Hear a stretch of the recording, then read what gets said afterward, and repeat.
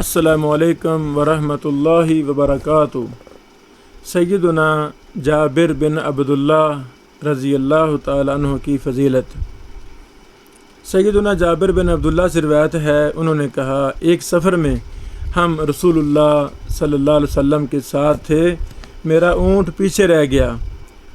انہوں نے پوری حدیث بیان کی اور اس میں کہا رسول اللہ صلی اللہ علیہ وسلم نے اسے کچوکا لگایا، پھر مجھ سے فرمایا اللہ کا نام لے کر سوار ہو جاؤ، اور یہ اضافہ بھی کیا، کہا آپ مسلسل مجھے زیادہ کی پیشکش کرتے اور فرماتے رہے، اللہ تمہیں معاف فرمائے۔ اللہ اکبر، اللہ اکبر۔ یہ مختصر حدیث ہے، مفصل آگے آ رہی ہے۔ صحیح مسلم 112 نمبر حدیث، بلکہ 715 نمبر حدیث۔ سیدنا جابر بن عبداللہ سے روایت ہے، رسول اللہ صلی اللہ علیہ وسلم نے مجھ سے فرمایا جب میرے پاس بحرین سے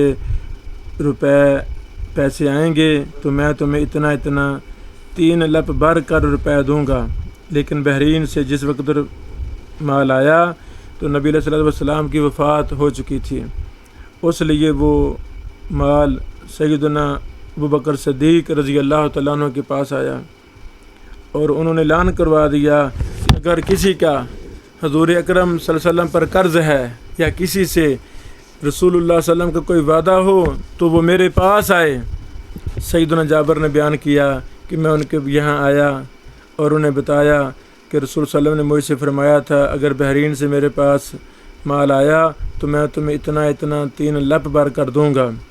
سیدنا جابر رضی اللہ تعالیٰ عنہ نے بیان کیا کہ پھر میں نے ان سے ملاقات کی اور ان سے اس کے متعلق کہا، لیکن انہوں نے اس مرتبہ مجھے نہیں دیا۔ میں پھر ان کے ہاں گیا، اس مرتبہ بھی انہوں نے نہیں دیا۔ میں تیسری مرتبہ گیا، اس مرتبہ بھی انہوں نے نہیں دیا۔ اس لیے میں نے ان سے کہا کہ میں آپ کے ہاں ایک مرتبہ آیا، آپ نے نہیں دیا، پھر آیا، آپ نے نہیں دیا، پھر تیسری بار آیا ہوں اور آپ اس مرتبہ بھی نہیں دے رہے ہیں۔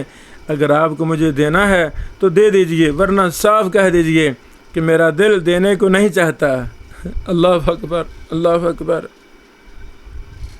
اس پر سیدنا ابوبکر صدیق رضی اللہ تعالیٰ عنہ نے فرمایا تم نے کہا ہے کہ میرے معاملہ میں بخل کر لو، بھلا بخل سے بڑھ کر اور کیا عیب ہو سکتا ہے؟ 3 مرتبہ انہوں نے یہ جملہ دہرایا اور کہا میں نے تمہیں جب بھی ٹالا تو میرا ارادہ یہی تھا کہ بہرحال تمہیں دینا ہے۔ اللہ اکبر۔ اور اسی سند سے عمر بن دینار نے بیان کیا، ان سے محمد بن علی باقر نے بیان کیا، انہوں نے کہا کہ میں نے سیدنا جابر سے سنا، انہوں نے بیان کیا کہ میں حاضر ہوا تو سیدنا ابوبکر رضی اللہ تعالیٰ عنہ نے مجھے 1 لپ بھر کر مال دیا، پیسہ دیا، اور کہا اسے گن لو۔ میں نے گنا تو 500 تھا، فرمایا کہ 2 مرتبہ اتنا ہی اور لے لو۔ صحابہ کرام کے ساتھ رسول اللہ صلی اللہ علیہ وسلم نے جو وعدے کیے، لین دین کے وعدے کیے، اللہ کی قسم ایک ایک بات کو پورا کیا۔ کس طرح ابوبکر صدیق رضی اللہ تعالیٰ عنہ اعلان کر رہے ہیں لوگوں کسی نے نبی علیہ السلام سے کچھ لینا دینا تھا، آؤ میں حاضر ہوں، میں دیتا ہوں۔ یہ تھے ابوبکر رضی اللہ تعالیٰ عنہ۔ اور سیدنا جابر نے کہا کہ نبی علیہ السلام نے مجھے کہا تھا میں 3 لپ بھر کے دوں گا، تو 3 ہی دیے، کمی نہیں کی۔ صحیح بخاری حدیث نمبر 4383، صحیح مسلم حدیث نمبر 2314۔ تو ہمیں بھی اپنے لین دین کے معاملات کو 100% کلیئر کرنا چاہیے۔ بڑے لوگ نماز روزہ حج زکوٰۃ کی پابند ہیں، عبادات کی پابند ہیں بڑے لوگ، لیکن جب ان سے آپ مالی معاملات کرتے ہیں تو صفر نظر آتے ہیں، فیل نظر آتے ہیں، دھوکہ فراڈ کرتے نظر آتے ہیں، جھوٹ بولتے ہیں، خیانتیں کرتے ہیں، وعدے کی پاسداری نہیں کرتے۔ یاد رہے ایسے لوگوں کی نمازوں، حجوں، زکوٰۃوں کا کوئی فائدہ نہیں ہے۔ جس طرح نماز اللہ کا حکم ہے، حج زکوٰۃ اللہ کا حکم ہے تو اسی اللہ رب العالمین کا حکم ہے کہ لین دین میں اپنے معاملات کو 100% صحیح رکھیں، جو وعدہ کر لیا ہے پورا کریں، دھوکہ نہ دیں، جھوٹ نہ بولیں، فراڈ نہ کریں، یہ ساری چیزیں اللہ کے ہی حکم ہیں۔ تو ہمیں 100% مسلمان بننا ہے، 100%۔ سیدنا جابر رضی اللہ تعالی، جابر بن عبداللہ کے حالات و واقعات کا بیان، یہ لمبی حدیث ہے، صحیح بخاری 2097، صحیح مسلم 715 میں ہے۔ سیدنا جابر بن عبداللہ رضی اللہ تعالیٰ عنہ بیان کرتے ہیں کہ میں رسول اللہ صلی اللہ علیہ وسلم کے ساتھ ایک غزوہ ذات الرقاع یا تبوک میں تھا، میرا اونٹ تھک کر سست ہو گیا، اتنے میں میرے پاس نبی کریم صلی اللہ علیہ وسلم تشریف لائے اور فرمایا، میں نے عرض کیا حضور حاضر ہوں۔ فرمایا کیا بات ہوئی؟ میں نے کہا میرا اونٹ تھک کر سست ہو گیا ہے، چلتا ہی نہیں، اس لیے میں پیچھے رہ گیا ہوں۔ پھر آپ اپنی سواری سے اترے اور میرے اسی اونٹ کو ایک ٹیڑھے منہ کی لکڑی سے کھینچنے لگے، یعنی ہانکنے لگے، اور فرمایا کہ اب سوار ہو جا۔ چنانچہ میں سوار ہو گیا۔ اب تو یہ حال ہوا کہ مجھے اسے رسول اللہ صلی اللہ علیہ وسلم کے برابر پہنچنے سے روکنا پڑ جاتا تھا۔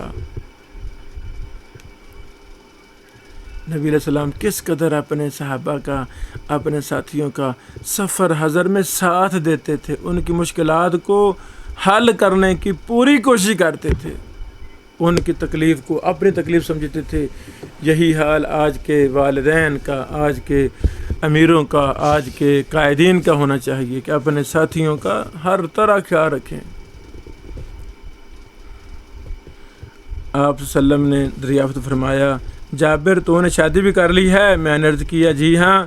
دریافت فرمایا کسی کنواری لڑکی سے کی ہے یا بیوہ سے؟ میں نے عرض کیا میں نے تو ایک بیوہ سے کر لی ہے۔ فرمایا کسی کنواری لڑکی سے کیوں نہ کی کہ تم بھی اس کے ساتھ کھیلتے اور وہ بھی تمہارے ساتھ کھیلتی؟ جابر بھی کنوارے تھے۔ میں نے عرض کیا کہ میری کئی بہنیں ہیں۔ اللہ اکبر۔ صحابہ کرام بڑے زیرک انسان تھے، بڑے دنا انسان تھے۔ میں نے عرض کیا میری کئی بہنیں ہیں، میری ماں کا انتقال ہو چکا ہے، اس لیے میں نے یہی پسند کیا کہ ایسی عورت سے شادی کروں جو انہیں جمع رکھے، میری بہنوں کا خیال رکھے، میری بہنوں کی حفاظت کرے، میری بہنوں کی سرپرستی کرے، نگرانی کرے۔ تو اس لیے کوئی سمجھدار عورت ہی زیادہ بہتر تھی، اس لیے میں نے کچھ بڑی عمر کی عورت شادی شدہ والی سے میں نے شادی کی ہے، جو انہیں جمع رکھے، ان کی کنگھا کرے اور ان کی نگرانی کرے۔ اللہ اکبر، اللہ اکبر۔ اے میری ماں بہنوں بیٹیوں، اگر تمہارے مقدر میں تمہارے میاں صاحب کی بہنیں ہیں تو ان کا خیال رکھیں، اپنے لیے اعزاز سمجھیں، آپ کو نیکی کا موقع مل گیا ہے، آپ ان کو کھانا پکا کے کھلاتی ہیں، ان کی نگرانی کرتی ہیں، ان کی کنگھی کرتی ہیں، بوجھ نہ سمجھیں۔ جو بوجھ سمجھے گی اس کی دنیا آخرت تباہ برباد ہو جائے گی، اس کی زندگی بے برکت ثابت ہو جائے گی، یہ خود بچوں سے محروم ہو جائے گی، اللہ ناراض ہو جائے گا۔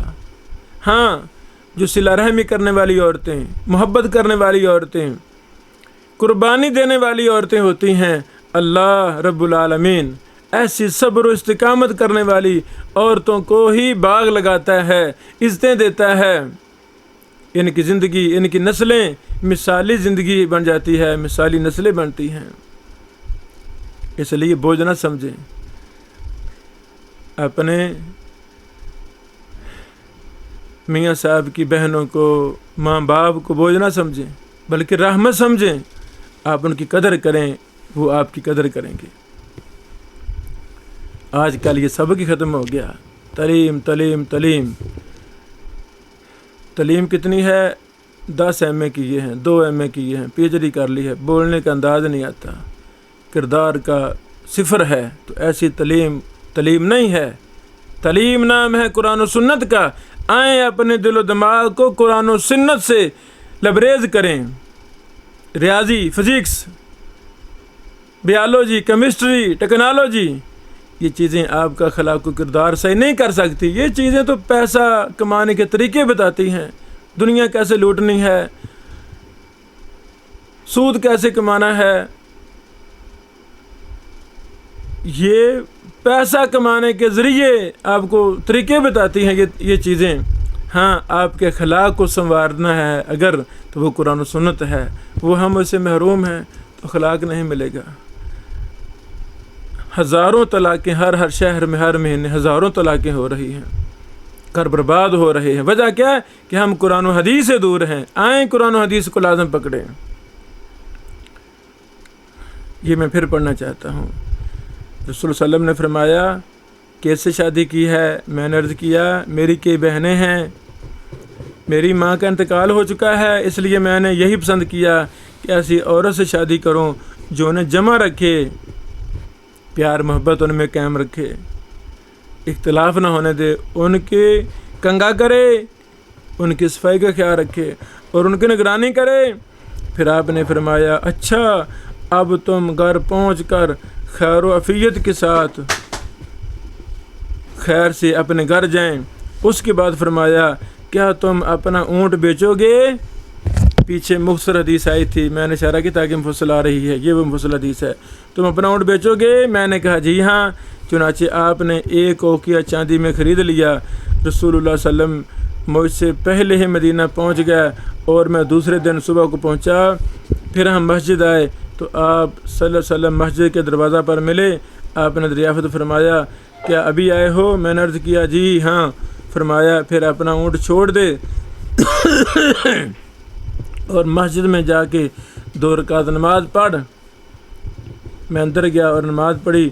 اس کے بعد آپ نے سیدنا بلال کو حکم دیا کہ میرے لیے 1 اوقیہ چاندی تول دے.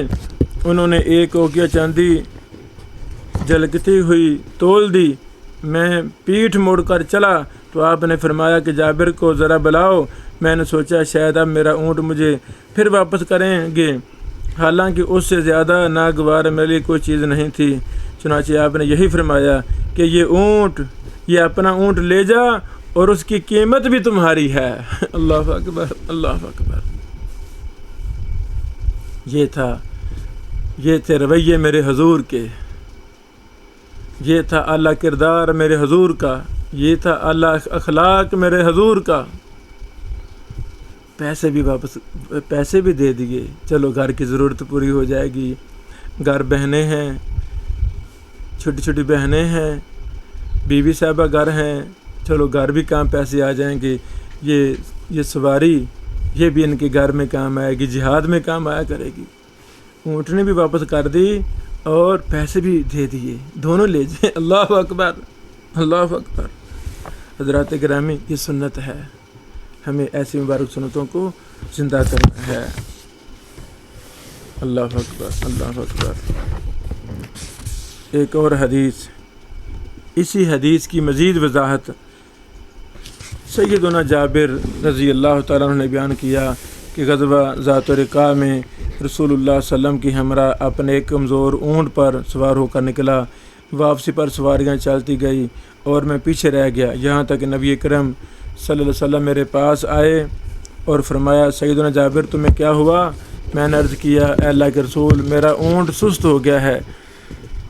رسول اللہ صلی اللہ علیہ وسلم نے فرمایا اسے بٹھا دو. پھر نبی علیہ السلام نے خود ہی اسے بٹھایا اور فرمایا اپنے ہاتھ کی لاٹھی مجھے دے دو، اس درخت سے توڑ کر دے دو. میں نے ایسا ہی کیا تو نبی علیہ السلام نے اسے چند مرتبہ وہ چبو کر فرمایا اب اس پر سوار ہو جا. یہ حدیث بھی تقریباً اسی سے ملتی جلتی ہے، لمبا واقعہ ہے. یہ حدیث مسند احمد 15026 نمبر ہے اور حسن درجے کی ہے. اللہ اکبر.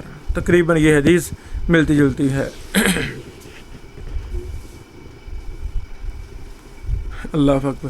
اس حدیث کے آخر میں جو ایک اہم اضافہ ہے میں وہ بیان کر دیتا ہوں، اسی پہ اکتفا کرتا ہوں. اللہ اکبر، اللہ اکبر. جب نبی علیہ السلام نے پوچھا تھا کنواری سے شادی کی ہے کہ شادی شدہ سے، تو انہوں نے کہا، میں نے عرض کیا یا رسول اللہ، غزوہ احد میں میرے والد شہید ہو گئے تھے اور 7 بیٹیاں چھوڑ گئے تھے، میری 7 بہنیں ہیں، میں نے ایسی عورت سے نکاح کیا جو ان کی دیکھ بھال کر سکے۔